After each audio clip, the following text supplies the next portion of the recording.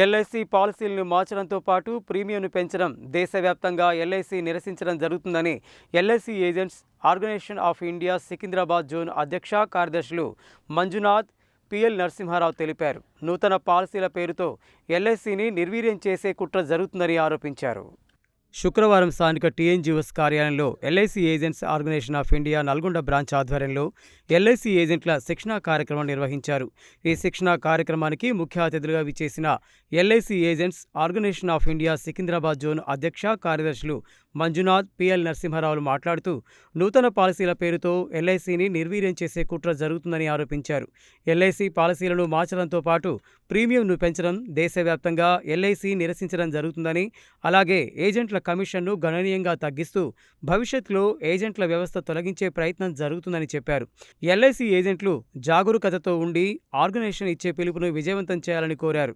ఈ కార్యక్రమంలో ఆర్గనైజేషన్ రాష్ట్ర కార్యదర్శి తన్నీరు కుమార్, కోశాధికారి రామనర్సయ్య, సికింద్రాబాద్ అధ్యక్షుడు నలపరాజ్ సైదులు, కార్యదర్శి రవికుమార్, ఎల్ఐసి ఏజెంట్లు పృథ్వీరాజ్, మహాలక్ష్మి, శ్రీనివాస్, సునీత, రమణ, కృష్ణవేణి, నోముల నాగమణి, పర్వతం శోభ, కవిత, అనితారెడ్డి, వెంకన్న, శివశంకర్ తదితరులు పాల్గొన్నారు. దాదాపు 8% కమిషన్ని తగ్గించడం జరిగింది. దీనితో ఆల్ ఓవర్ ఇండియాలో కూడా మన ఏజెంట్ సంఖ్యాన్ని తగ్గించేదానికి, ఈ ఏజెంట్ సంఖ్యను తగ్గిస్తూ ఎల్ఐసిని నిర్వీర్యం చేసేదానికి ఇలాంటి ఒక కుట్రతో మన ప్రభుత్వం ముందు వచ్చింది. అందుకే దీన్ని వ్యతిరేకించి పాలసీ పట్టాదారులకి లాభం ఇవ్వాలా, అదే విధానంగా ఎల్ఐసి సంస్థని ప్రభుత్వ సంస్థకి ఉండాలా, అదే విధానంగా ఎల్ఐసి సంస్థ ఉండే పెద్ద సంఖ్యలో ఏజెంట్స్కి కమిషన్ని తగ్గించకుండా దాన్ని ఇంకా కూడా ఎక్కువ చేసేదానికి అవకాశం ఉంది. ఈ ఒక చట్టాల్లో, ఇన్సూరెన్స్ చట్టాల్లో దాన్ని ఇంప్లిమెంట్ చేయాలని చేసి ఈరోజు ఆల్ ఇండియా స్థాయిలో LIC AOI agents organisation of India మేము సమ్మెకు వెళ్ళాము. ఇది ఓన్లీ ఒక సాంకేతికంగా జరుపుతున్నాము.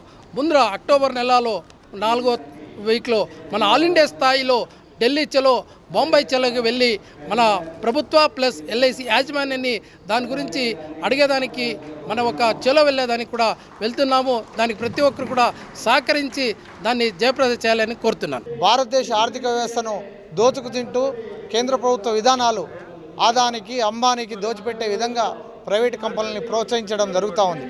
దీనిలో భాగంగా ఐఆర్డీఏను ఏర్పాటు చేయడం జరిగింది. ఈ ఐఆర్డీఏ విధానాలు కార్పొరేషన్ ప్రభుత్వ రంగ సంస్థల్ని నిర్వీర్యం చేసే దిశగా పోతూ ఉన్నాయి. 76లో బ్యాంకింగ్ రంగాన్ని జాతీయం చేయడం జరిగింది. 56లో ఎల్ఐసిని జాతీయం చేయడం జరిగింది. కానీ ఈరోజు ఆ రోజు 5 లక్షల కోట్ల రూపాయలతో పెట్టుబడి పెట్టినటువంటి ఎల్ఐసి ఈరోజు 54 లక్షల కోట్ల రూపాయలతో ముందుకు పోతూ ఉంది. ఈరోజు భారతదేశ ఆర్థిక వ్యవస్థకు తినే తిండిలో, పీల్చే గాలిలో, మన ప్రాజెక్టులలో ప్రతి బడ్జెట్లో ఎల్ఐసి ప్రతి రూపాయి ఉన్నది. ఇది ప్రజలకే ఉపయోగపడుతుంది, ప్రజల సొమ్ము ప్రజలకే అనే నినాదంతో ఈ యొక్క ఎల్ఐసి ముందుకు పోతూ ఉంది. కానీ ఈరోజు కేంద్ర ప్రభుత్వ విధానాలు దీన్ని తిప్పికొట్టే విధంగా, దీన్ని నిర్వీర్యం చేసే విధంగా ముందుకు పోతూ ఉన్నాయి. కాబట్టి ఈ విధానాల్ని తిప్పికొడుతూ మేము అందరం సంఘటితమై ప్రజల్ని ఏకం చేస్తూ మన ప్రభుత్వ రంగాల్ని కాపాడుకోవడానికి మేము ఎంత పెద్ద ఎత్తునైనా పోరాటాలు చేయడానికి సిద్ధంగా ఉన్నామని చెప్పేసి తెలియజేస్తా ఉన్నాం.